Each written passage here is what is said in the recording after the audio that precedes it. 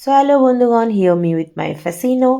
তো আমাদের অ্যানিভার্সারির মিডনাইট সেলিব্রেশনের ছবি তো তোমাদের সাথে শেয়ার করেছি, বাট সেটাকে অ্যাস্থেটিক বানানোর জন্য আমি সন্ধ্যে থেকে কী কী টুকিটাকি শপিং করেছিলাম চলো সেটা শেয়ার করি।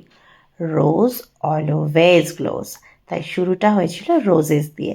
তারপরে যে স্টোরে আর এত কিউট কিউট জিনিস কী বা বলি নতুন করে। তো have a break, have a kit cat.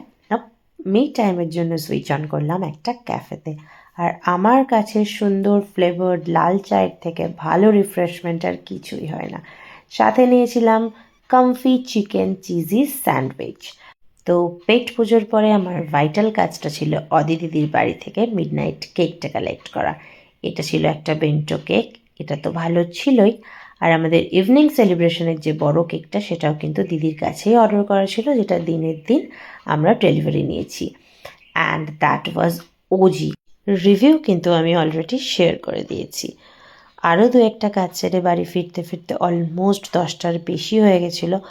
বরমশাই তো একটু রেগে ছিলেনই, তবে ডেকোরেশন দেখার পর তিনি কিন্তু আবার বেজায় খুশি হয়ে গেছিলেন। And here is the final decoration. তোমরা জানিও তোমাদের কেমন লাগলো। চলো দেখা হচ্ছে নেক্সট কোনো একটা মিনি ভ্লগে। টাটা।